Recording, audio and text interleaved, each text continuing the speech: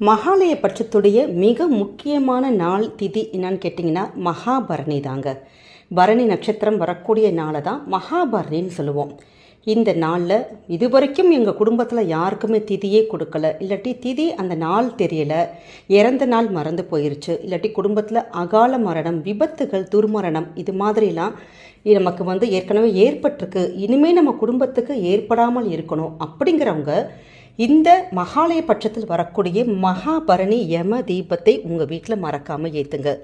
இந்த பரணி நட்சத்திரமானது நமக்கு 11ஆம் தேதி இன்னைக்கு வியாழக்கிழமை சாயங்காலம் 6-9 மணிக்கு துவங்கி 12ஆம் தேதி வெள்ளிக்கிழமை நமக்கு மாலை 4 மணி வரைக்கும் இருக்குது.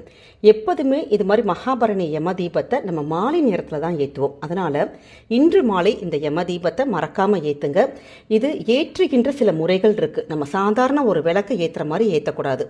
இந்த தீபத்தை நம்ம எப்படி ஏற்றணும், யாரெல்லாம் ஏற்றணும், குறிப்பாக 3 நட்சத்திரத்துக்காரவங்க ஏற்றுறதுங்கிறது ரொம்ப ரொம்ப விசேஷ பலன்கள் கொடுக்கும். இது எல்லா விளக்கங்களும் நம்முடைய சேனலில் வீடியோவாக கொடுத்துருக்கோம். கீழே இருக்கக்கூடிய ப்ளே பட்டனில் நீங்கள் கிளிக் பண்ணி பாருங்கள், இல்லாட்டி நம்முடைய சேனலை கூட நீங்கள் போய் வீடியோவை போய் கிளிக் பண்ணி பாருங்கள்.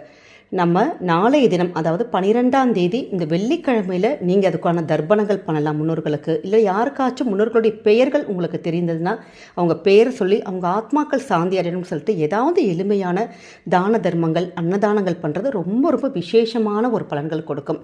பசுமாட்டுக்கு தானம் கொடுக்கறது, இல்லை காக்காக்கு சாதம் வைக்கிறது, இப்படி எளிமையான சின்ன சின்ன விஷயங்களை மறக்காமல் மகாபரணி நாளில் பண்ணுங்க. நம்முடைய குடும்பத்துக்கு என்றைக்குமே நல்லது மட்டுமே வருங்க. நம்முடைய முன்னோர்களுடைய ஆத்மாக்கள் சாந்தி அடையும். முன்னோர்களுடைய ஆசீர்வாதங்கள் பரிபூர்ணமாக என்றைக்குமே நம்முடைய தலைமுறை சந்ததியினருக்கும் போய் சேரும். கீழே இருக்கக்கூடிய ப்ளே பட்டனை ப்ளே பண்ணி அந்த வீடியோவை பாருங்கள். நிச்சயம் இந்த தகவல் உங்களுக்கு பயனுள்ளதாக இருக்கும். நன்றி.